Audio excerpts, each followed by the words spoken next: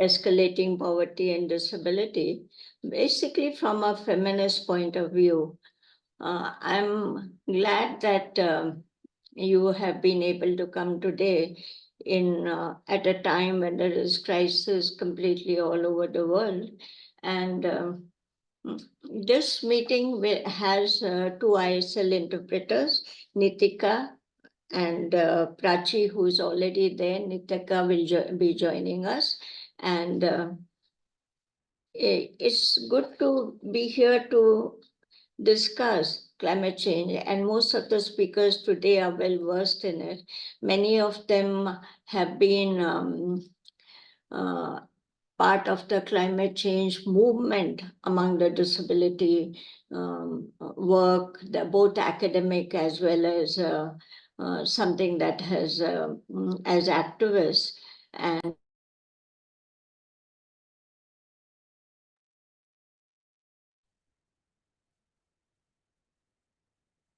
can you hear me? Okay, thank you. And most of them have been at the COPs. They have written on it. They're scholars. They are also people like Maria who've been there for a very, very long time. Our today's chair, Penelope, who has joined us, and Pratima, who's there for a long time with indigenous women and working on disability issues. We also have someone from each of the South Asian countries, from India, Abhishek, from Sri Lanka, Deepchandi, and from Bangladesh, Shababa. So I hope that you will, at the end of it, come in, and you can write in the chat box your questions, and we will be able to take them up. I'm sure there will be a good dialogue at the end of it. And over to you, Penelope. You can start the proceedings. Let me introduce her before she starts. She's a senior associate of the Harvard Law School Project on Disability, which provides pro bono services that advance understandings of disability law and policy, and research fellow of East Asian Legal Studies, both at Harvard Law School. Dr. Stein's research centers on approaches towards achieving disability inclusive climate justice and disability human rights. Her research generates academic literature with scholars and practitioners with disabilities, transnational publication, and informs advocacy and program activity. Dr. Stein's scholarship appears in influential law, science, and health publication. She holds a PhD from the University of Cambridge. And with this words that which are very few to introduce her, because and those who know her know the kind of work that she does, tremendous output of scholarship. Thank you so much. Thank you, Asha. I'm honored and delighted to be with you today. Globally, the climate crisis disproportionately affects women with disabilities. Climate change increases the intensity and frequency of acute climate hazards, including heat waves, storms, floods, and wildfires. In climate emergencies, women with disabilities are at heightened risk of mortality, injury, and gender-based violence. Moreover, in the face of climate variability, women with disabilities are disparately affected by poverty and experience barriers accessing water, food, and healthcare, threatening their rights to life, health, food security, clean water, independent living, personal mobility, and livelihood, among other rights. Women with disabilities are at disparate climate risk due to intersectional discrimination based on disability, gender, indigeneity, race, caste, and class. The climate crisis is heightening inequality, with low-income countries and marginalized groups more acutely impacted. Although people with disabilities are internationally recognized as disparately affected by climate change, they continue to be systematically excluded from climate responses. A 2023 DICARB report found that 67% of states do not reference people with disabilities in climate adaptation policies. Achieving climate justice requires recognizing and understanding how the forces of ableism, patriarchy, and colonialism intersect, causing distinct forms of intersectional discrimination. Disability climate crisis justice requires an intersectional approach that dismantles the multiple structural barriers faced by women with disabilities and discrimination based on ingenuity, race, caste, and class. Moreover, climate justice requires the meaningful participation and inclusion of women with disabilities in climate policies, planning, and responses. To date, only 21 states reference the participation of people with disabilities in their climate adaptation policies. Climate responses must include concrete measures for women and girls with disabilities. Gender-based violence is triggered by climate emergencies, such as cyclones, and compounding emergencies, including climate change and COVID-19. Consequently, such measures include risk assessments for violence and community outreach and reporting mechanisms that are accessible to girls and women with disabilities. The strengthening of psychosocial support and accessible health services targeted towards women and with disabilities, and training in climate-smart agricultural practices. Governments must consider whether their climate planning policies and responses are sufficiently intersectional and include specific measures for women with disabilities that are identified and called for by grassroots organizations led by women with disabilities. Gender-focused civil society organizations must consider whether they are acting synergistically with organizations of persons with disabilities to respond to their lived experience of climate change. While organizations of persons with disabilities must consider if the voices of women with disabilities are being empowered at the nexus of feminism, human rights, and climate change. We have a rich and powerful panel of speakers today to share their knowledge and perspectives on climate disasters, accelerating poverty, and disability feminist response. We begin with Pradima Gurung, who is an academic activist from Nepal. The floor is yours, Pradima.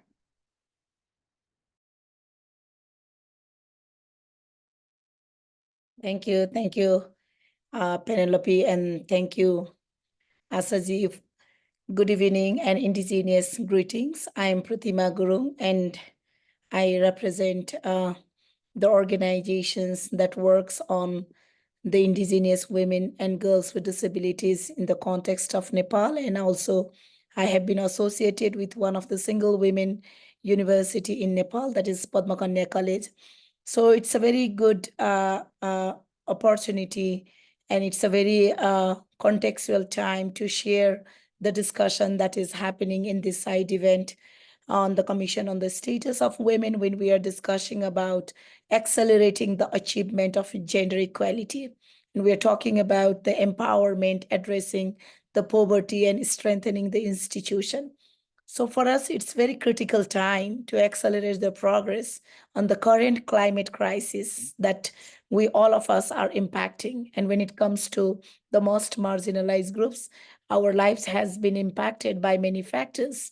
On the one hand, we also find the critical juncture of framing the general comment on the CRPD, the Convention on the Rights of Persons with Disabilities, on Article 11, on the situation of risks, humanitarian emergencies related with climate crisis. So for us, it is very much critical framing this conversation from a gender and intersectional lens. So having said this, I will be framing this conversation from my own country context with the lived experience that we have as an indigenous women and girls with disabilities from the global south. If you look at my country lies in the fourth rank of the global climate risks, and it is one of the impacted countries.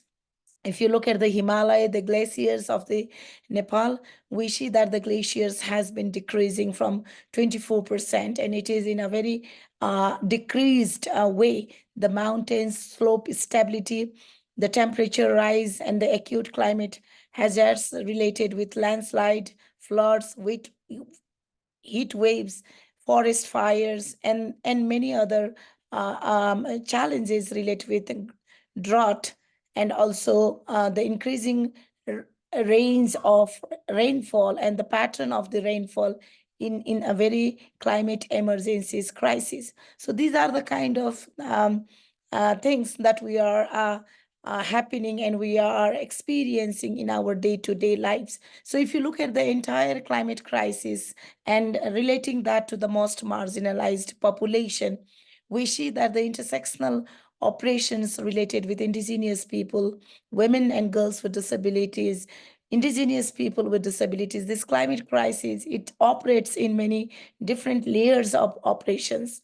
And that is again related with our ableism, colonialism, patriarchal capitalism, and many other forms. And this is where we are facing the layers of discriminations. If you look at the entire process of this impact on indigenous people in the context of Nepal, we find that the issue related with our fundamental rights, that is right to health, right to food, water, cultural lives. As indigenous people, we have our own traditional knowledge, the historical homelands that indigenous peoples have been living since many centuries. And if you look at this has really persisted and it has existed since thousands of years. And we are being impacted by the vulnerability of the climate change based on our social, cultural, economic dependence, because our lives are very much related with our land, territories, and natural resources, the ecosystem that we have.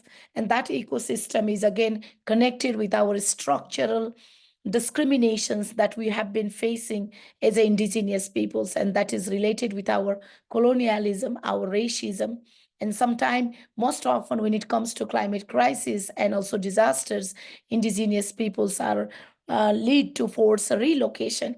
And that is why we find that the challenges that is related with indigenous peoples in terms of all these discriminations and the challenges that we have been facing as indigenous peoples, ultimately it has the link with our cultural identities, our way of life that we have been living as indigenous people. So for us, it is a crisis. It is a crisis of our identity. It is a crisis of our language. It is a crisis of our whole ecosystem of who we are. And if you look at these things in our context, we see that today, as indigenous peoples, we are prohibited to enter into our land, territories, and natural resources due to the government policies, the National Park and Wild Conservation Act, and laws and policies, and that prohibits indigenous peoples to access their livelihood and natural resources.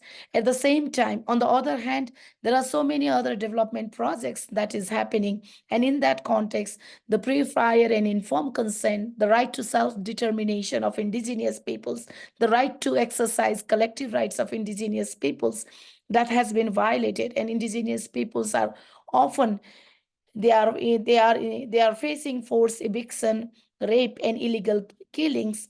And the whole ecosystem, the livelihood pattern of indigenous peoples are in question. And that is why most of the studies that has highlighted in the context of Nepal, we have realized that indigenous people, including indigenous people with disabilities, they even 80% of them are without land. So they are not able to exercise their rights to forest, natural resources, water, and all those things. And that is directly related with their traditional customary practices. And this is where the relation with the land is connected with different other factors that relates with poverty, that relates to access to resources, that relates to access to different receiving public services. So as a result, these are the kind of things that we have have been facing as indigenous people on the one hand.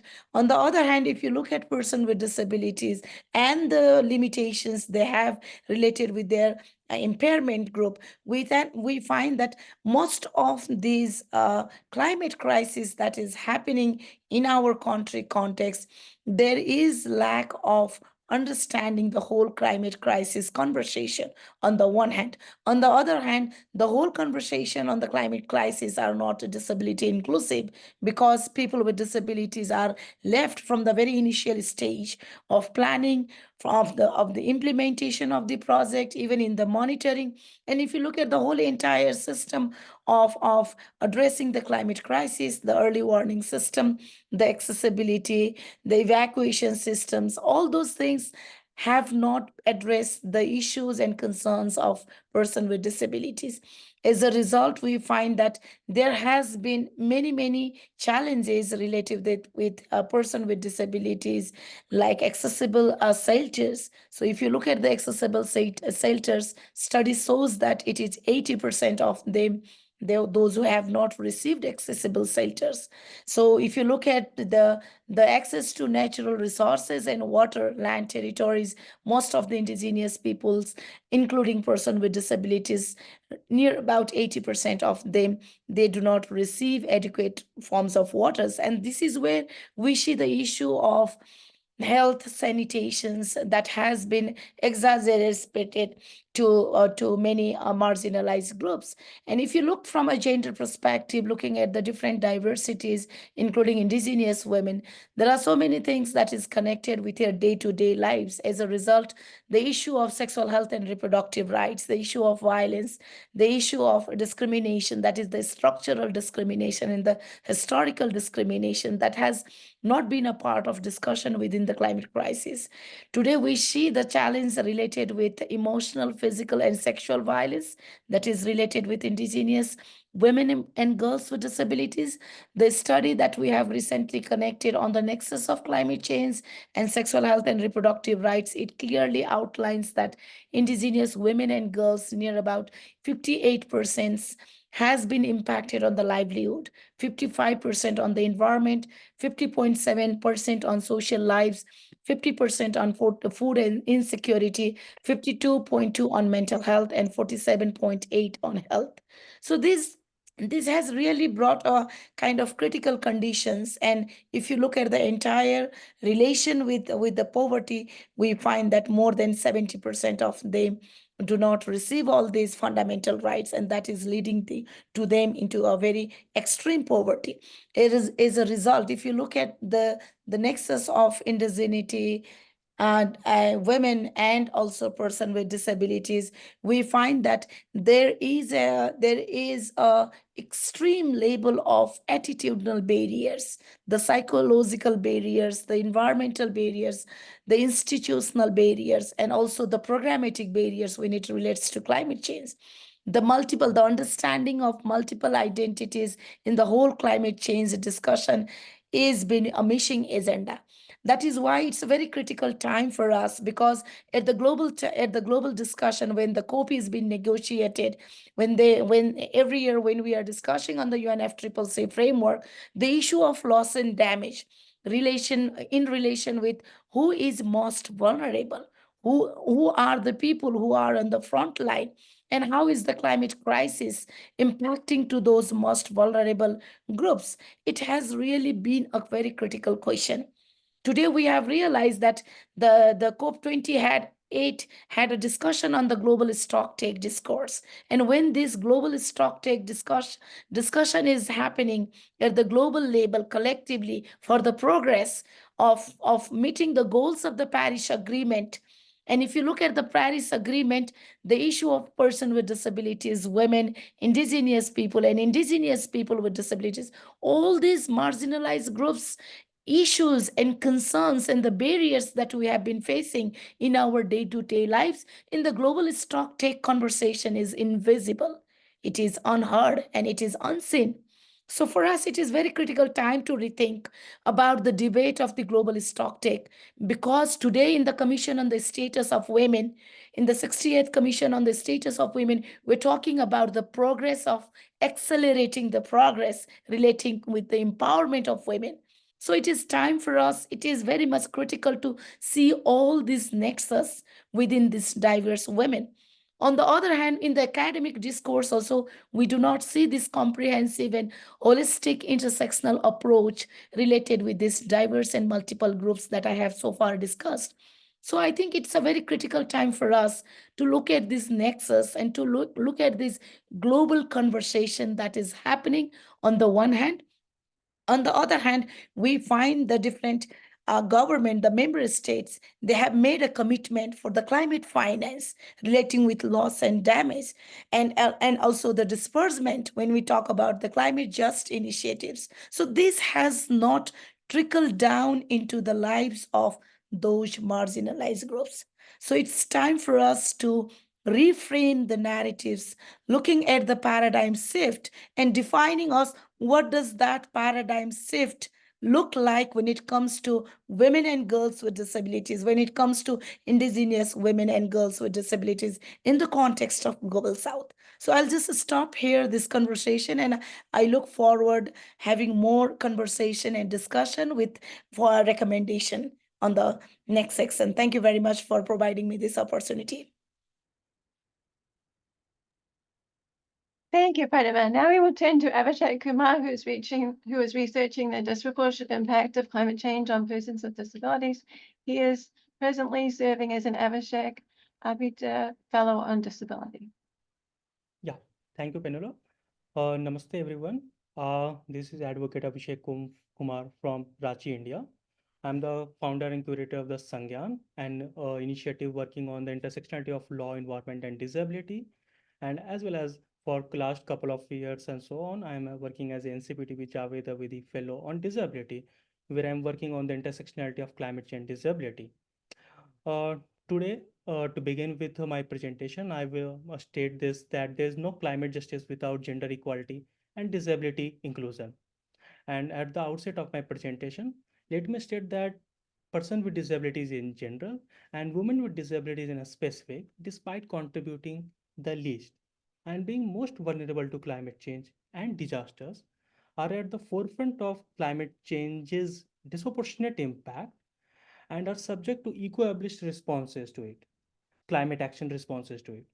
That often looks overlooks their, gender and disability specific, accessibility as well as reasonable accommodation requirements. And for instance, you can see the case scenario of existing conundrum between green menstruation and period poverty of women with disabilities. And in this context, my presentation shall highlight and underline the trachea of intersectionalities. First being climate change, second being gender, that is women, and the third is disability, using case studies of young women with disabilities from India. And and then I will conclude with how why we need to build forward better and the need for a women and disability led and inclusive climate action. Uh, Now, going to this infographic, I would like to highlight through this infographic that how, as Penolep and even Pratima mentioned, that climate change had a disproportionate impact on person with disabilities in general and women with disabilities in specific, is because of three factors that plays there.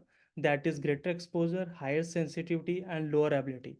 And because of that factors, climate change acts as a threat multiplier in this era of consequences, which doesn't have just impacts on their physical and mental health, but it has a overarching arcing impacts that impacts their the whole spectrum of their lifestyle and quality of life. So be it their cost of living, quality of life, physical and mental health, their capacity, uh, deprivation, hunger, poverty, the which is the theme of our this discussion, then affordable and accessible housing, water, sanitation and hygiene, livelihood, employment, job market, then mobility, accessibility, migration and displacement, abuse, again as Pratima highlighted, the abuse and exploitation and the sexual violence and so on. Then the other point will being disability adjusted life years, that WHO recognizes that how climate change and other planetary crisis impacts our decreases our disability adjusted life years, and the ecoabilism or loss and damages of our property, assistive devices and technologies, and the disaster reduction. And this comprehensive infographics is still not comprehensive enough, because this again is just in illustrative level. There are much more ways in which climate change have a disproportionate impact on a person with disabilities in general, and women with disabilities in a specific. uh, and then this there's a meme this which highlight that how the climate change and inaccessibility, or the lack of universal accessibility, has a domino effect, which is not just resulting in our capillary deprivation, but it is then furthering creating a chain reaction, a butterfly effect kind of thing, that resulting in deprivation of our capability, then resulting in the desertification life here, then which further resulting in higher cost of living and poor quality of living. And then that throws into the person with disabilities, and specifically the woman with disabilities in poverty, and chain of the cyclic chain of poverty and hunger, and which also resulting in higher mortality rate of for them. Now coming to, these are some of the screenshot of the news headlines that I gathered, which highlights that how the planetary crisis in general and climate change in a specific, put women with disabilities are doubly disproportionately impacted, be it their, be it the things like violence with the partners, and the how they are being exploited because of basic, very basic needs of the day-to-day life, and so on. Now coming to this intersectionality part, when we are talking about how person with disability in general and women with disability in a specific, we must understand that how disability is not a homogeneous identity. It is in a way the bedrock of diversity, because it has both the horizontal as well as the vertical scale. So if we talk about in just Indian context, there are 21 recognized disabilities, and apart from there are so many rare conditions, there are so many invisible disabilities, there are so many unrecognized disabilities, and chronic illnesses and pains and conditions. So that is just one horizontal way to look disability, but also there's a vertical way to see it, when they are not just disability as a one group that within the climate change sector has to be taken as one category of people, and a straight jacketed formulas and plans and policies have to be implemented for them, or planned or formulated for them. So the person with disabilities can be children with disabilities having their own specific requirements and problems and challenges.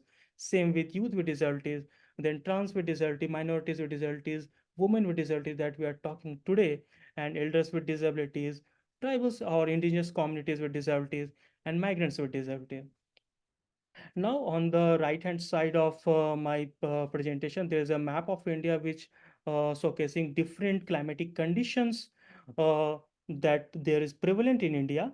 And through this, I would like to highlight three case studies of young women with disabilities from India, who are dealing with different, who have different disabilities, and who are living in a different climatic conditions, and getting impacted by different climate change induced disasters. So let me begin with this lived experiences of A.R. Kavya Purnima Balajapalli. She is from Visakhapatnam, India. She lives in a coastal city, and because her condition is a very rare neurological condition called IAH that is affecting her brain pressure, and she has to live with a brain shunt. And because of the more frequent and more intense cyclones, which increases her brain pressure, affecting her productivity, as well as gives her climate anxiety, because of the lack of universally accessible emergency evacuation plans and so on. So she always live in this fear of climate anxiety, that, oh, what are my emergency plans when the cyclones hit next time to me. And it also decreases her productivity, and as well as increase the cost of living. So for example, a person without disability, let's say, can use the public transport. She has to have to compulsorily use the private vehicles, Ola, Uber, cabs, and so on, which puts additional burden on her life, as well as because of the climate anxiety and the her brain pressure going high during the cyclone, not just during the cyclone but before and after the cyclone impacts also. So because of in those times she can't work as well as the other people, and that is affecting her, decreasing her productivity and resulting in a less income and so on. The second case study I'm bringing up it from the central India, of an engineer, chemical engineer, Anjali Vyas. She's from Maharashtra, Bhandara, and she lives with a condition called multiple sclerosis. And this is a invisible condition. And in this context, in Kavya's context, I shared this thing called uh, climate anxiety. In this, her lived experience highlights the disability adjusted life years, as in when the like we are again approaching the same time period when the heat waves are very rampant and frequent and intense in India. uh, so in those heat wave condition, her flare the symptoms and condition get flares up, and she loses her productivity. And those contexts you have to take the frequent uh, medicines and injections. And when there's a lack of electricity or such other things, or because of unseasonal rainfall, there's a urban flooding and so on. So she misses out on medicines and so on. So in those contexts, climate change also impact the deserted life years that her lived experiences highlights. Now, the third and last case study I would like to share is of Kavya Pundim Mukhija. She is from Jaipur as well as Delhi, and she lives with a condition called AMC, and she's a wheelchair user. Her lived experiences highlights that because of the climate change induced extreme weather, be it the extreme heat wave and extreme cold wave, she has to migrate from one city to another, uh, and that also affected her, productivity as well as your livelihood and employment opportunities. And in these three contexts, that highlights that how person with disability in general, because of climate change, are not just disproportionately impacted, but because of that triggers a domino effect, as the earlier highlighted through the infographic. It also increases their cost of living at first, and that leads to poor quality of life and decrease disability adjusted life years. Now, I will through this the topic of today's webinar. This Venn diagram says that the we have climate change as an undermining factor that impacts each and every SDG goals that we have. But today we are highlighting just three, that is gender equality, reducing inequalities, and climate action, that is goal number 5, 10, and 13. And why I'm highlighting this is that the IPCC report of February 2022 comes with a very important paragraph, and that is kind of a summary to me of that whole document. Is that the best form to deal with climate chaos or climate change is by tackling inequalities such as based on gender, ethnicity, disability, age, location, and income. And in that context, the gender and disability on in today's topic, that is women with disabilities, have a double discrimination or double disproportionate impact. So as we move ahead, we need to uh, fight those inequalities based on gender and disability among others, and thus we need to build forward better. With respect to the disasters and climate change, we often hear build back better, but in my respective submission, it is like the going back to the status quo and the restoring the present will won't be enough to fight those inequalities, because the past was neither climate resilient nor universally accessible. So we need to build for a better, and we need to have a disability led and women led and inclusive climate action policies and laws, because when we are catering the needs of women and person with disabilities, we are actually making it for universally. We are already incorporating all other intersectionalities, because these are the most diverse and vulnerable communities, and when they are addressing their problem, we are in a way addressing the universal problem. And as Pratima also mentioned how COP is doing, and with respect to the international negotiation and everything, last year UNGA came up with this historical resolution at which asked for a legal opinion from International Court of Justice, regarding the state responsibility with respect to climate change. In that document, if we see, we had mentioned all other human right conventions, even regarding convention regarding women, convention regarding children, UN, ICCPR, ICP, and other things. But it doesn't mention UNCRPD. So even in those international level, forget about the national or at the grassroots level, where the even the basic awareness about such intersectionalities and global threat is not very uh, known, because climate change mostly acts as a boiled frog syndrome, because it is a long term impact that we have. So even at the international level, we are not actually integrating person with disabilities and women with disability in those such conversations. So with because given the paucity of time, that's where I would like to submit. Thank you, and look forward to Q&A. Thank you. Thank you, Abhishek. Our next panelist is Dipchandi Lekomiki, a senior lecturer in environmental science from Sri Lanka.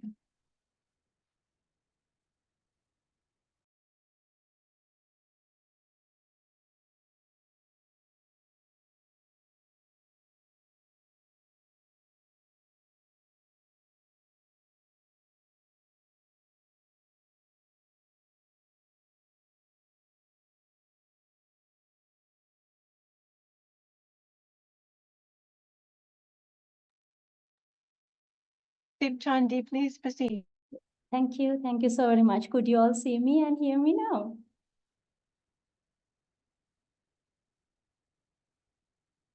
Yeah. Thank you so much. And I'm really feeling so privileged to be here in this forum. And thank you, Professor Hans, Professor Maria, and Penelope, and all the team members. And again, good morning to everyone in the audience, or good afternoon, good evening, as in the case of mine. So perhaps I'm the most sort of newest person here to this talk today, and the first time that I'm meeting you all in the team. And I feel really, really, really honored that I could talk to you. I could discuss here in this forum about the women with disabilities in Sri Lanka and what sort of policy pathways do we have in our country. And almost already now that once we happen to be in such a forum, we get to know that we have all sorts of experience sharing opportunities, which might do good for all of our countries, whereas we can make sure that we could contribute in an effective manner to empower the women, and especially the disabled women. So thank you for that. And let me go through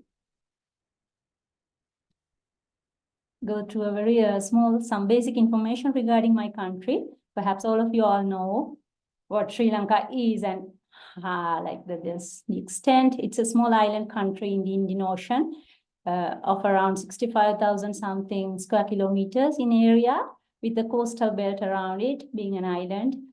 And especially the population comprises of a majority of women or female, which is actually 50.7% out of the almost 22 million that we do have right at now, whereas the male population is 49.3%. And according to the census in 2012, out of this entire population, 8.7 of it is with disabilities, whereas out of that as well, 43% are females. So in this context, we as a country fits very well that we do have numerous problems, issues, and challenges that we need to tackle and that we need to take care of for the sake of the future generations and the sustainability of all sorts of solutions that we might be taking to empower the women, empower the disabled women specifically. And when I was first talking and communicating with Asha Madam, I started to think about what are the major challenges brought by the climate change towards the females of our country. And I could find out that these three are perhaps the most pressing issues that we face as women, and then again as disabled women too. The food insecurity, the water scarcity, and the impact on livelihood. Those are the three basic issues that I can frame in this small talk. Whereas in our country as well, I think it is the same for most of the Asian countries too. Most of the households are being managed by the women. So mostly it is the mother figure or the female person who would be managing the household. So therefore, food insecurity is a kind of a grave sort of a problem when it comes to a family or a household. Eventually, it is a female person that will be tackling the problem. Sometimes she would starve, whereas the kids would be fed with whatever the food that they would be able to afford. And it actually goes beyond the meals and all that. So food insecurity is a real problem in our country today, whereas food sovereignty is being discussed in many fora, in different strata in the country. But with numerous constraints, we are still quite far from there. And then the water scarcity, specifically when it comes to climate change, the prolonged droughts, like we are a country, we are basically an agrarian country, a country based on agricultural practices, even though when it comes to the industry composition, agriculture comprises only a certain small percentage. When it comes to the rural economy and the rural livelihoods, agriculture plays a huge role, whereas food and water both are going to become a constraint if climate change is going to negatively impact on them. So water scarcity is the next problem. And then the impact of livelihood, because most of the families, especially including the females, they might be engaged in different livelihood activities when it comes to natural resources, when it comes to agriculture, when it comes to various sorts of other livelihood activities. So the impact on livelihood, which might be brought by the climate change and its negative impacts, would be essentially directly placing a kind of a pressure on the female person in the family. So thereby these three, food insecurity, water scarcity, and impact on livelihood, are the three basic challenges that are brought by climate change through the rising sea levels, increasing temperature, prolonged droughts, changing the precipitation patterns, intensifying extreme weather events like flooding. We are a very flood-prone country, and also landslides and various sorts of other disastrous events. So it impacts on the agriculture, as I mentioned earlier. So I looked at the figures yesterday. Actually, last evening, I was looking at the figures, how the agricultural crops, starting from paddy, we do have the four major agricultural crops starting from paddy, then it is a tea, and then the rubber, and then the coconut, and the list would go on. So for all these crop types or the cultivation types, during the last year, the production has gone down during the last year. For the season from 2022 to 2023, the production has gone down for all these four top cultivations and crops. So it has already felt the effect of extreme weather events and climate changes, including basically the rise of ambient temperature and high intensity rainfall, resulting in landslides and other negative impacts, including soil and coastal erosion, salinity intrusion because of the sea level rise and the coastal erosion into soils and aquifers, and tornado-type winds and increasingly extreme droughts and floods. We actually, as a country, we do have some biogeographical zonation as well, as mentioned in one of the previous speakers' talks too. So when it comes to an arid area, when it comes to a dry zone area, the drought would always exacerbate the challenging conditions to the agriculture, creating numerous impacts. It actually is a kind of a chain reaction. It would impact on the crop cultivation, then it would impact on the household economy, then it would impact on the national economy as well.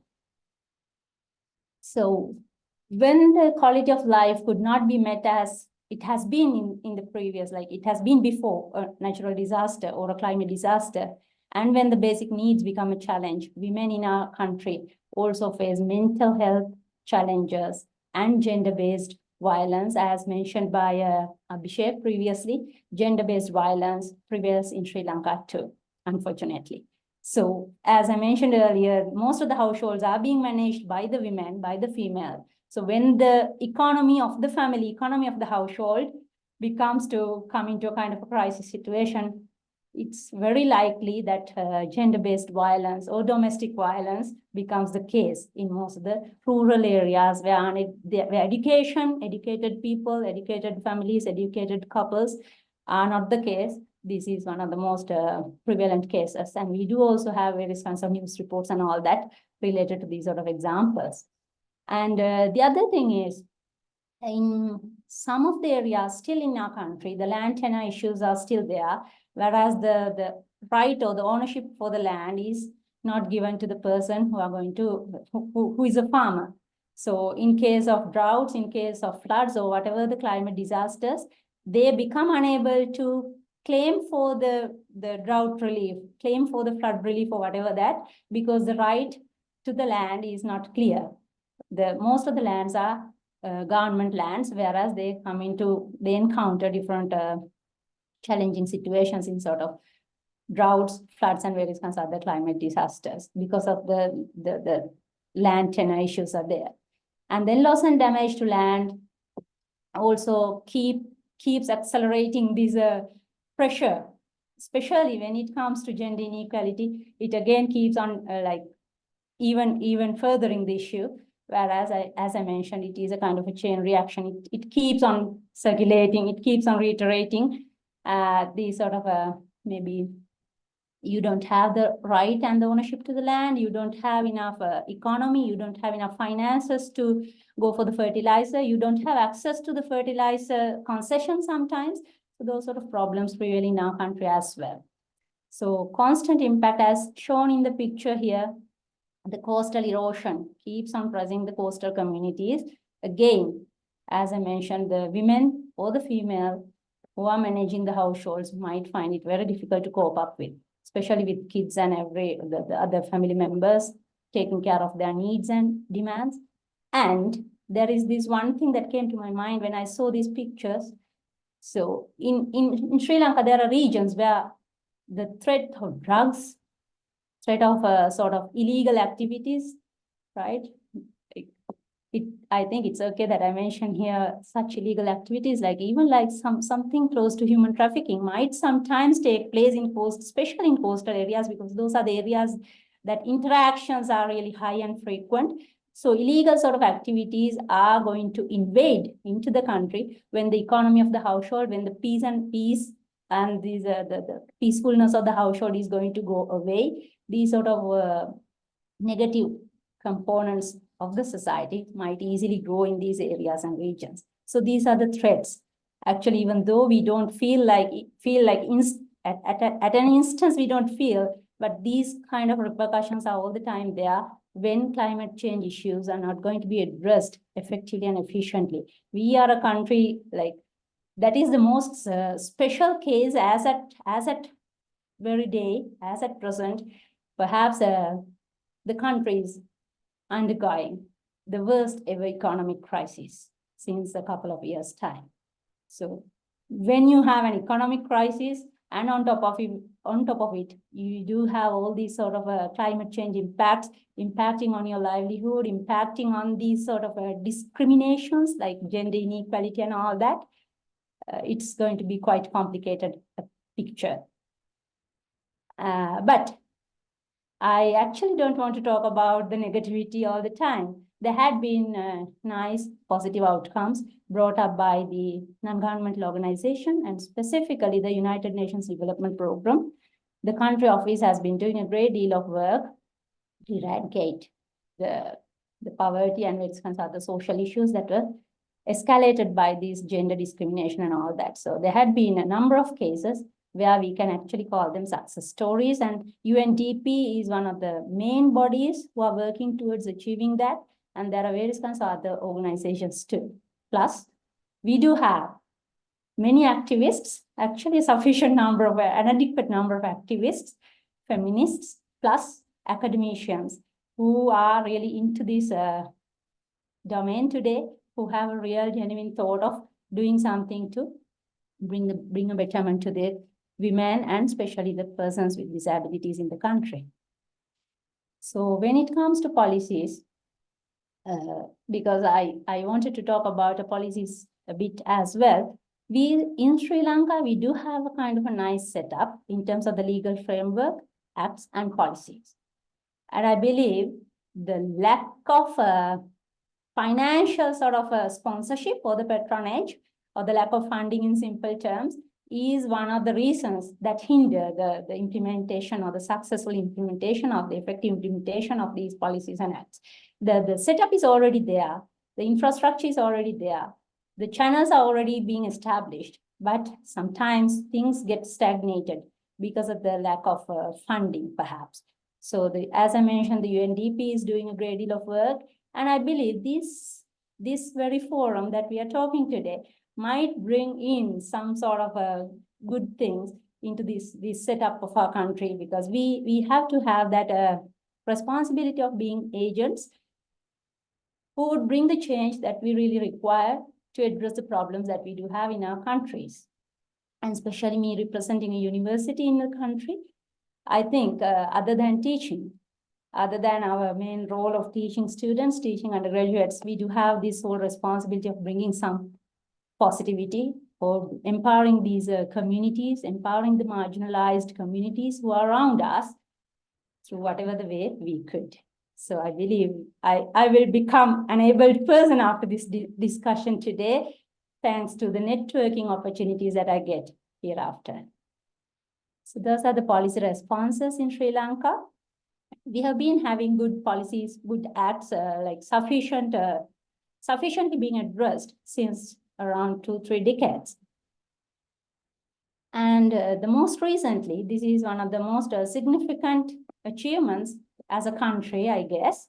The Multidimensional Vulnerability Index by the UNDP Country Office was published in the latter part of the 2023, which was a very comprehensive document, which really would enable whatever the policy component that were lacking, if there were a certain sort of a lack in terms of empowering the women, empowering the disabled people, and taking the attention of the government or whatever the global bodies into empowering these and address these challenges, this MVIs, the Multidimensional Vulnerability Index, could really be used in that context in a very effective way.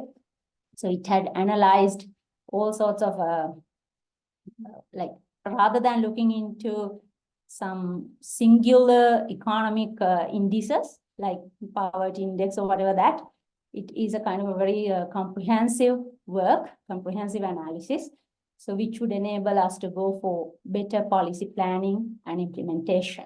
So it's really available through the UNDP homepage. And I believe if you all have, like, some Asian countries already have done MVIs, whereas if you are interested, please visit our MVI as well, so you may gain some insights out of it as well. So they understood that households with PWDs, that is persons with disabilities, that is how we call them in our country, in the documentation processes, have a significantly higher MVI value compared to the households without PWDs.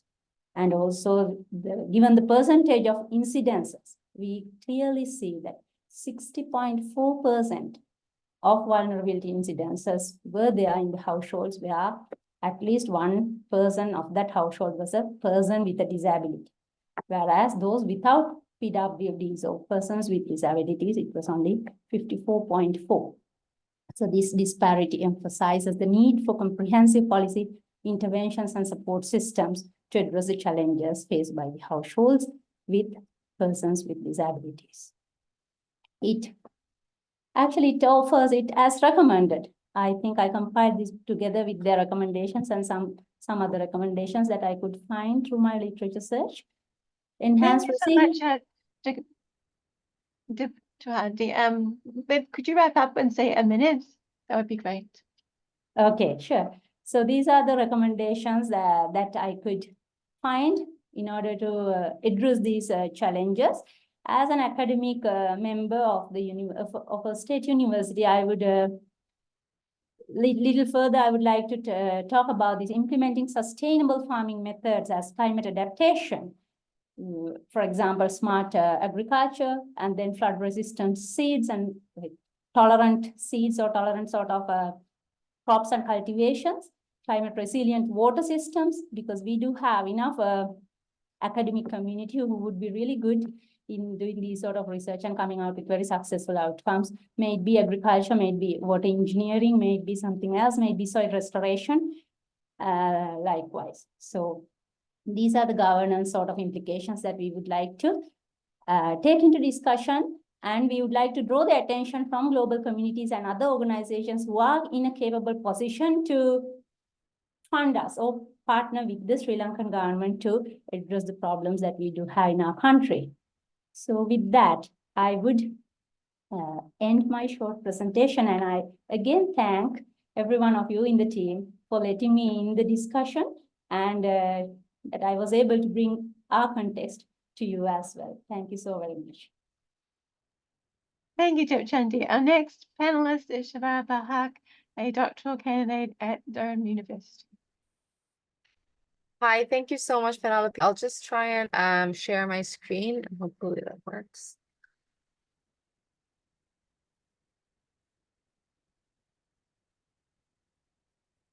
Okay, so for some reason I'm not being able to, oh no, I did. I'm so sorry.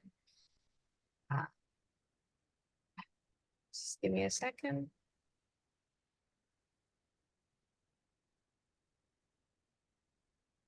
I think you can see the presentation, right?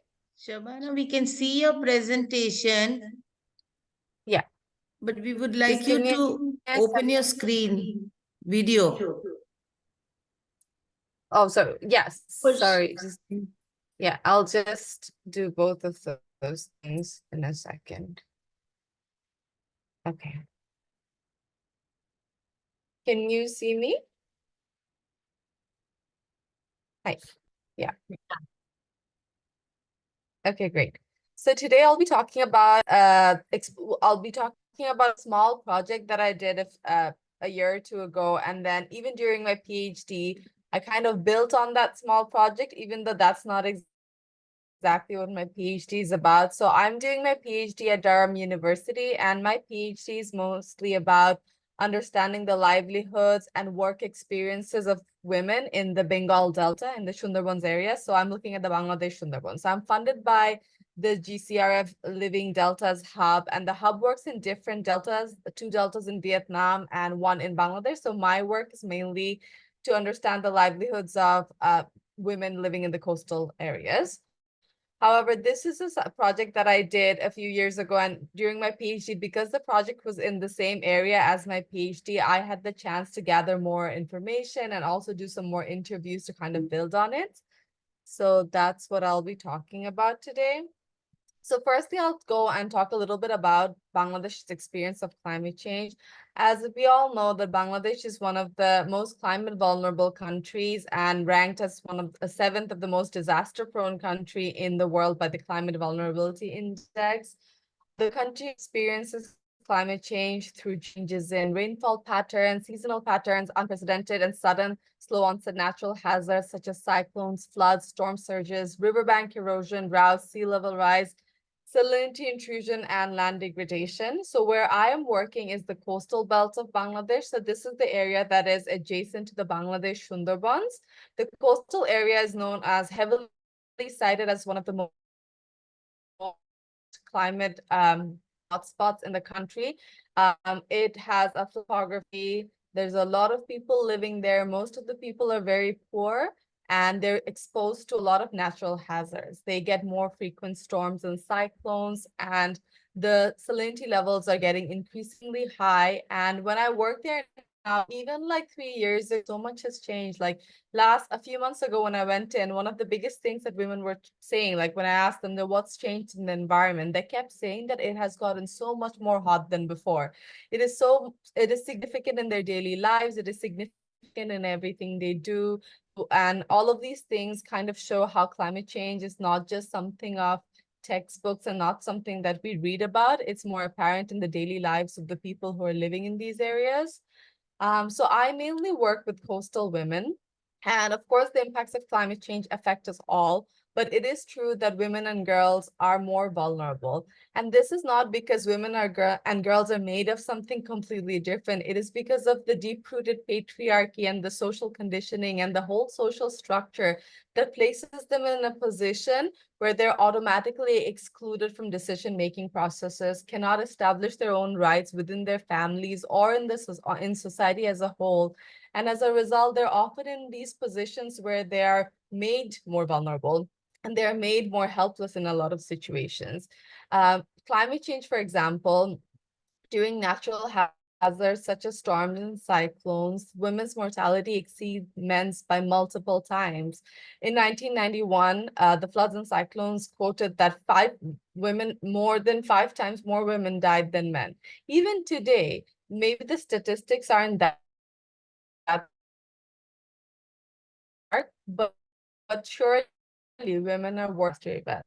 Some of these are such simple things when you hear about it, but they've made women's life so difficult. For example, attachment to their homes are sometimes so strong that they feel almost guilty leaving their house. The caregivers within the family, and I think someone has also spoken about it, like the women's with the families as a caregiver, they take care of the elderly, they take care of the children. So sometimes they take care of the livestock in a rural community. So sometimes they feel so guilty leaving people behind that they would rather not go. There are other issues such as they have lack of access to information. Women are not always included in the disaster risk reduction conversations that happens in these rural areas. They don't have greater social networks. So sometimes if their male counterpart isn't at home, they do not exactly know what to do or how to get to the shelter. They feel afraid of going to the shelter alone. There have been stories where going into the shelter, there have been experiences where women being in shelters in cramped spaces have created sexual and reproductive violences like or like harassment,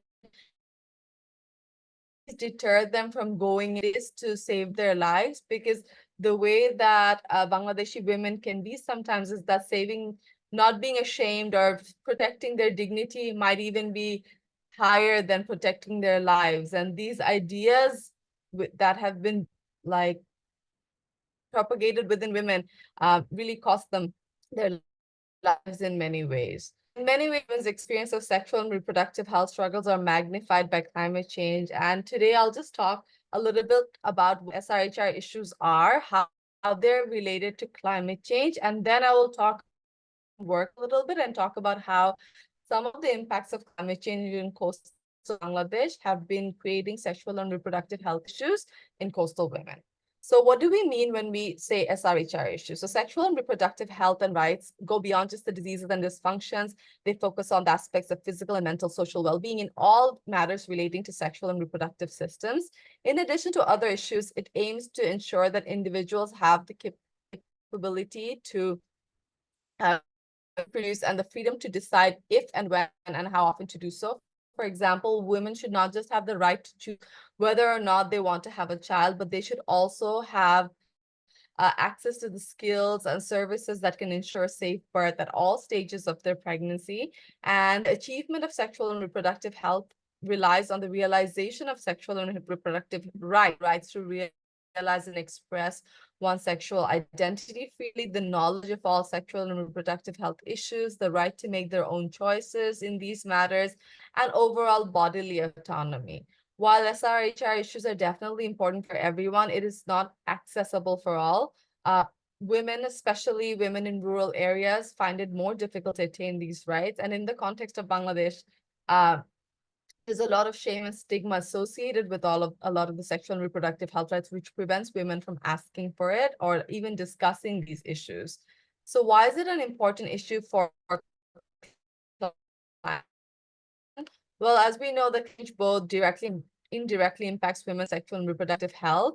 However, I believe at least where I worked on climate change for many years before I started this project, and this didn't really come across a lot. And I realized how sexual and reproductive health issues are discussed in the public health domain and not necessarily the climate change domain. So these conversations are not always happening together, even though climate change has a significant impact on women's SRHR issues. And women in Bangladesh already have difficulty accessing SRHR due to their social and cultural stigma. And post-climate events and disasters, it is even worsened, and this makes them even more vulnerable and further marginalized. I'm not going to go into more details because I do understand that we're running, there's not a lot of time, and I kind of want to go through my findings a little more. So over here, I'll kind of talk about how different impacts of climate change in coastal areas, such as changes in the weather patterns, rise in salinity levels, sea level rise, and frequent and magnified disasters. The four main things that are happening in areas in Bangladesh, and how these have an impact on women's bodily autonomy, child marriage, gender-based violence, and so on. So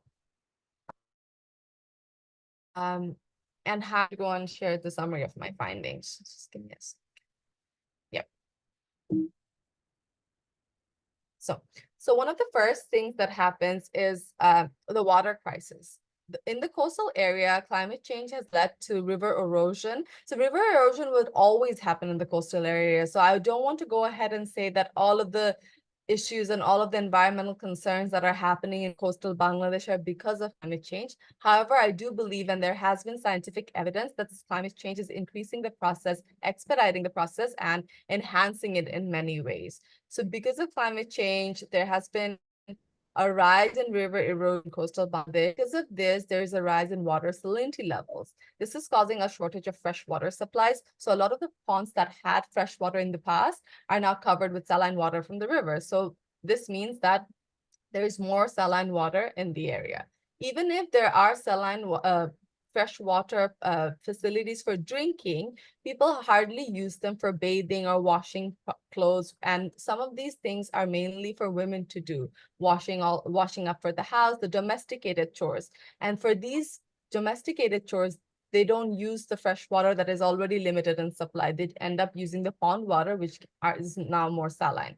So when women work with saline water for prolonged periods of time, it leads to them having skin diseases. A lot of the women I had spoken to during my time in the field have shown me these skin diseases and patches of red rashes on their hands. And they kept saying that when we're in the water for so long, it causes us with these rashes.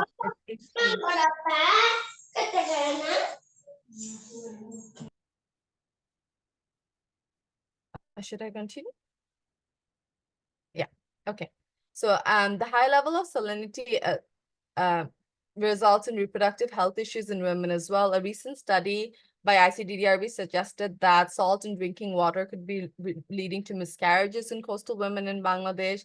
It has also been noted that in coastal areas, water salinity is also responsible for changes in young girls' menstruation cycles. Salinity in water has been found to cause preeclampsia and gestational hypertension in pregnant women. And all of these things. So I went to the community, when I was there in field, I went to the community clinic and I wanted to ask the local health practitioners, is it actually true that these things have been happening a lot more? And she confirmed that because of the rise in salinity in these areas and because of women's engagement with saline water, there has been a lot more of these health issues and reproductive health issues that women have been facing, including hypertension, preeclampsia, which is why pregnant women have been having miscarriages a lot more in these coastal belts.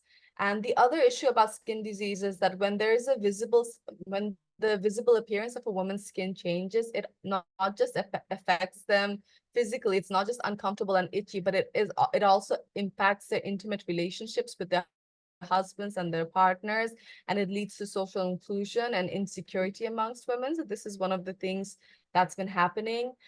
Because of climate change, one of the things that's happening in the coastal belt is that a lot of the agricultural land, because of the rise in saline waters, is no longer as profitable. So as there has been a loss of agriculture in these areas, there has been an increase in the aquaculture farms. There's been a lot more shrimp farms, a lot more crab farms. Now, these aquaculture farms are mainly owned by people who are the rich businessmen. They're absentee farmers. A lot of the businessmen don't even live in the village themselves, but the poor people, the middle class people within the village, the farmers, they're losing their jobs because they were mainly reliant on agriculture farms, and their agricultural land is now being taken away by larger aquaculture farms, rendering them jobless, and there's been a loss of livelihoods. So when there is a loss of livelihood, there's a lot of insecurity within a family.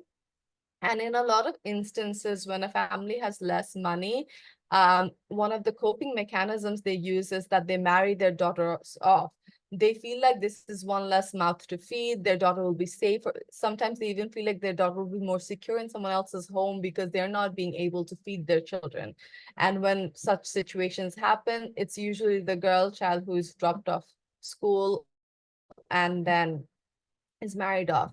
Once you are married off, there's a lot of cultural pressure to demonstrate fertility after the marriage.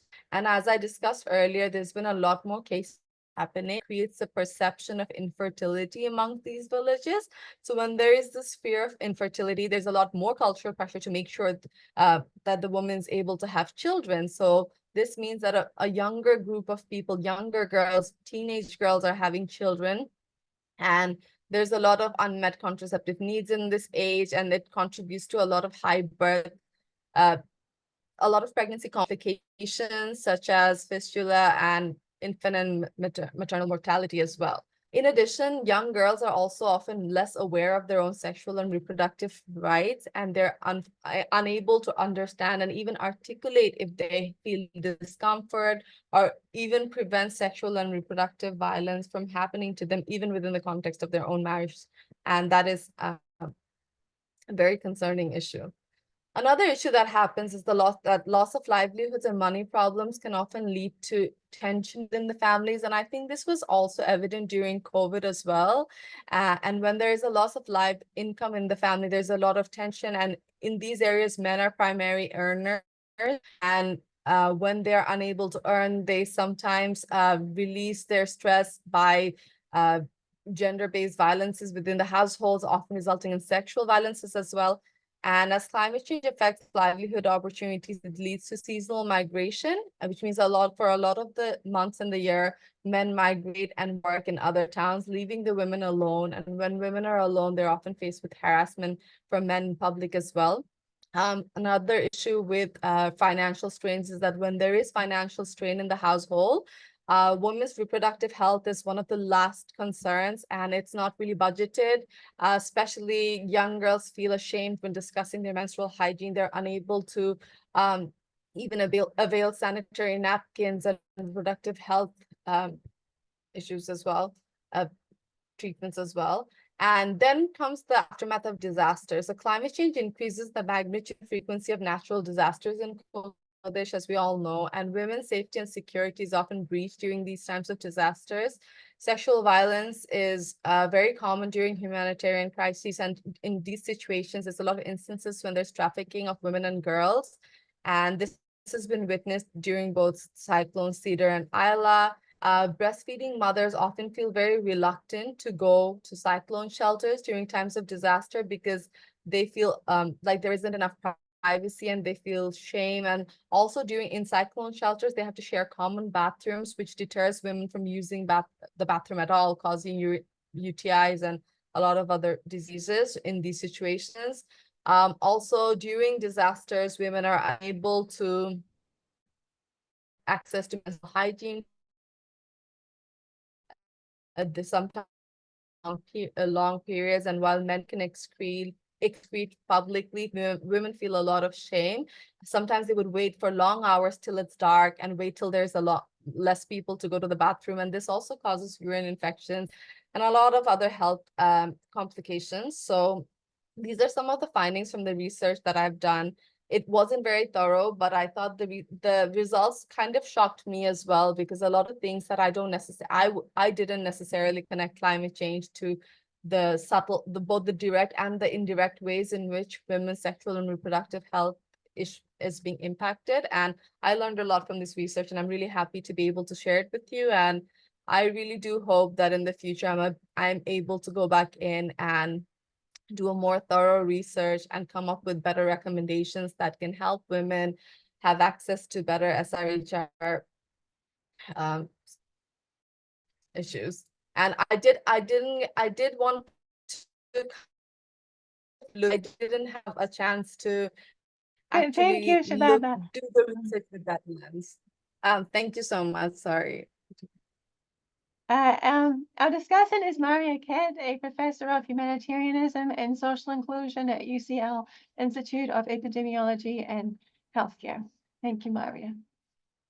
Wow, thanks. And I've got a great and somewhat difficult task to pull all this together. But what an amazing set of presentations and huge amount of knowledge. I think all of the speakers, huge round of applause to all of you. You gave us a real sense of the context and a lot of the amazing work that's going on across the region, showing the diversity of the work, and really a lot of themes start to really come together across. And I think these are things we've seen well established. You know, one of the questions we might ask is, how does climate change affect women with disabilities differently in different settings? And I think all of the work here has given us a really clear example of that. Pratima kicked off by explaining, you know, the knock-on effects that climate change can have, you know, the exclusion that people with disabilities already experience, the marginalisation, the intersectional issue. So I think a lot of those things really powerfully come across from all of the other talks.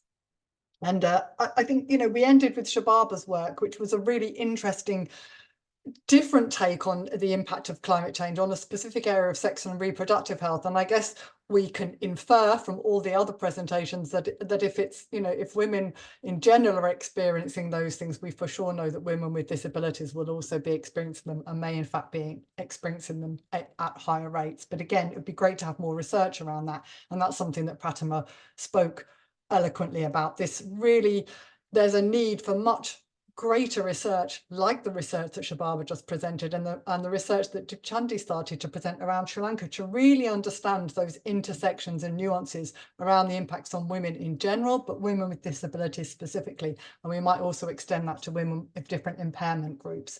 And I think that was really powerful to me. Another question that it raises about the role of policies.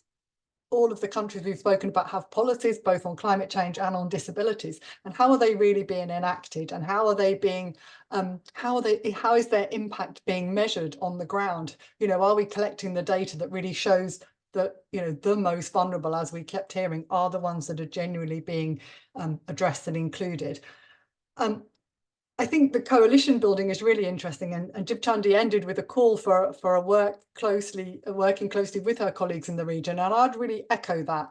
I think that there is a great power in having regional coalitions and including academics, including activists, and really, as Asha brought together a great panel of range of people here. I think that's something I would really say is something to go forward and really think about in the future. Pratima really gave us a clear overview of the different experiences that Indigenous women and Indigenous peoples face. And I think this underscoring about intersectionality, race, caste, class, and those differential impacts is something, again, that we really need to understand more and better.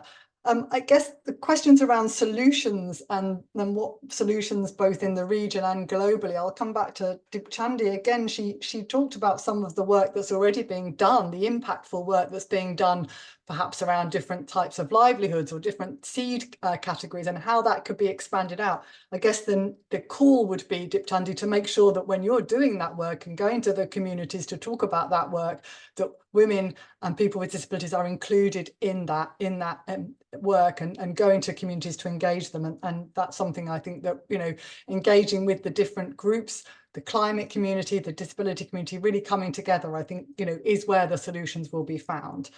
The final point really is around, we're at the Commission for the Status of Women. I think the role that women's voices can play. I think we heard really powerfully from Abhishek about some of the really nuanced experiences that women in India are facing. And I think we need to hear more of those voices and really understand more powerfully what the women themselves want and what they see as the solutions. And I think, you know, that was really a powerful message from all of those talks for me. I think that, you know, we really want to know more and hear more about these regional and local perspectives. They're key. We know they're key to the discussions at the global level, where all the decisions, let's face it, are made.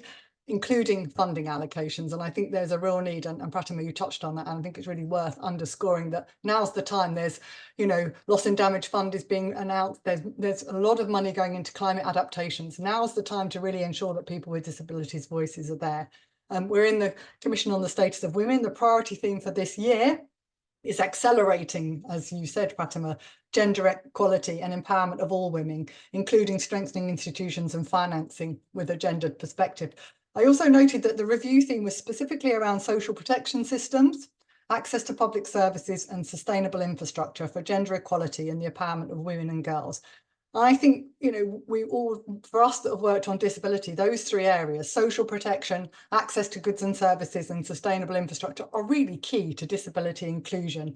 And they're absolutely vital. And without them, women with disabilities are often, albeit maybe unintentionally, excluded from systems and services.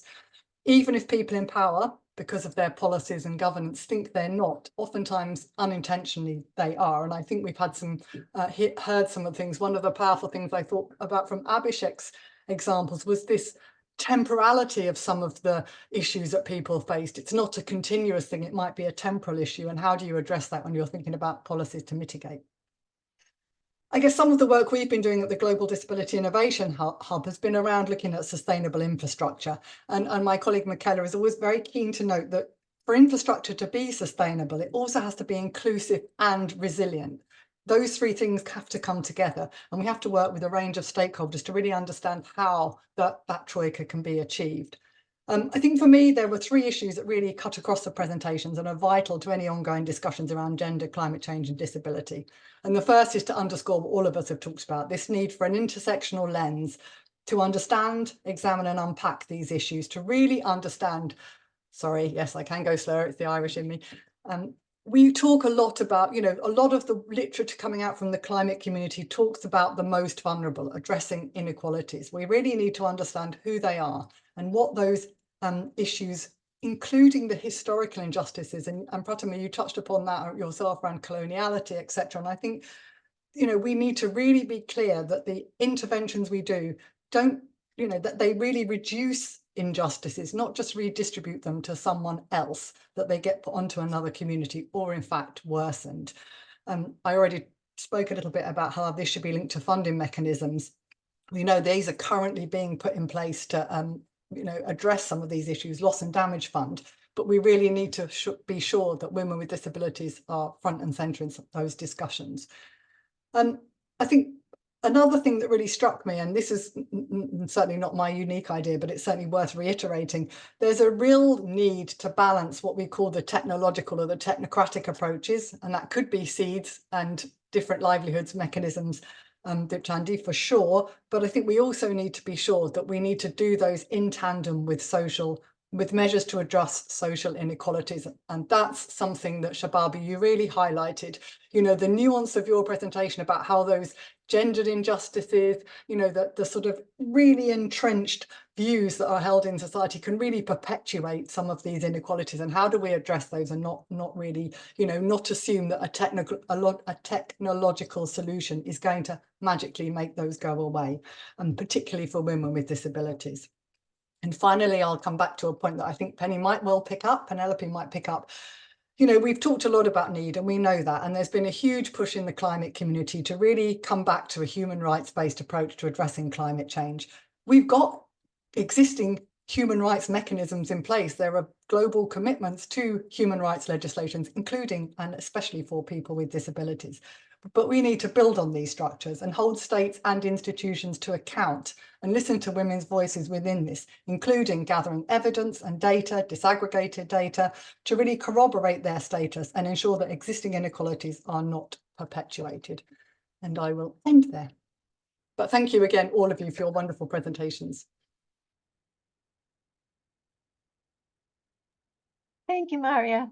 And now I'd like to open the question and answer period with a general question and ask you to reply in the order that you presented. So women with disabilities are marginalized even within the women's rights movement, including by women's rights NGOs, and yet allyship is critical. So what best practice examples have we seen linking women with disabilities to larger feminist climate agenda? And we need to keep our answers short due to. I don't think there are any questions in the chat box. If anyone wants to ask, I think this is the time.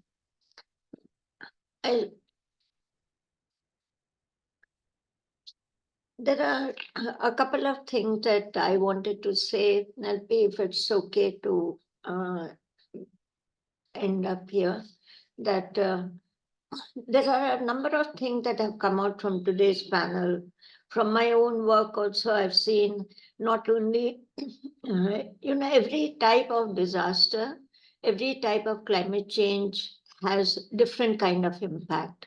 So if you're talking about coastal erosion or you're talking about the desert, the type of impacts could be very, very different from each other.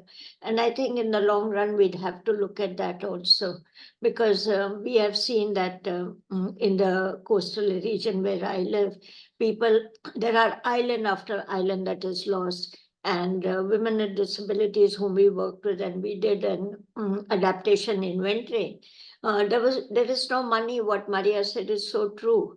That is one of the things that we will have to take up.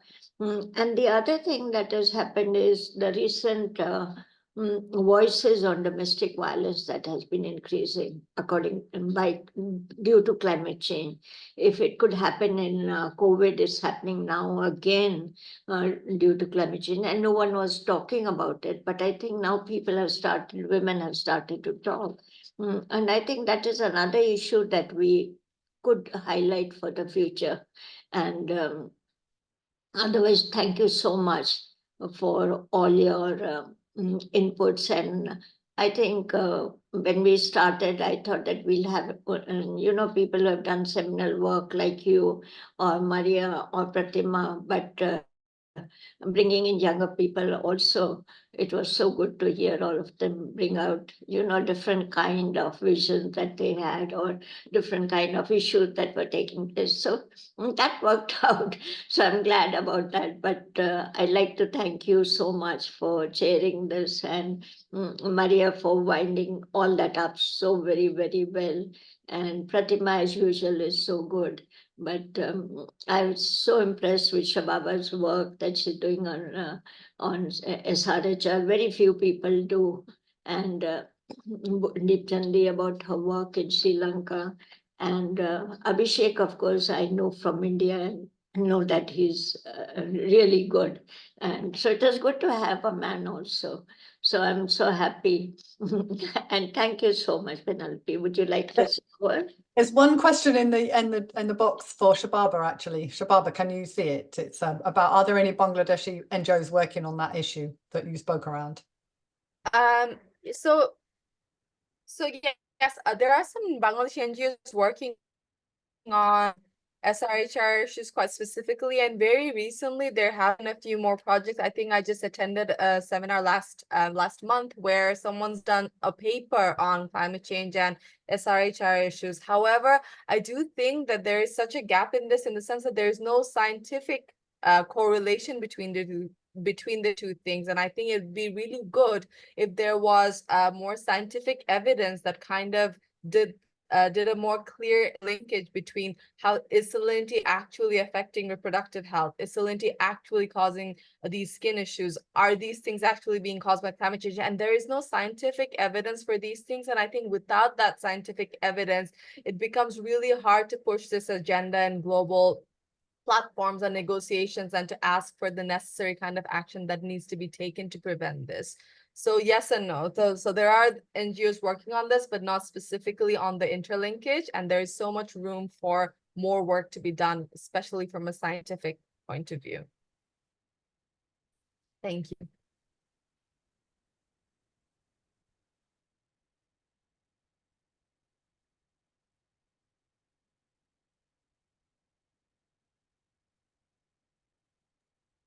Thank you to all the panelists today, and we're now out of time. And thank you for those in the audience who work to advance the rights of women with disabilities. And thank you so much to Asha for organizing this event. Thank you. You're welcome. And keep in touch, everyone. It'll be good to follow this up, maybe with more work that is being done to know about it, to talk about it. Thank you so much. And we were, it's been a good session. So bye, everyone. Bye. And thank you to the interpreters also, the sign language, though they had a tough job following Maria. She talked so fast. Oh, you're not the first person to tell me that. You won't be the last. Sorry, sorry.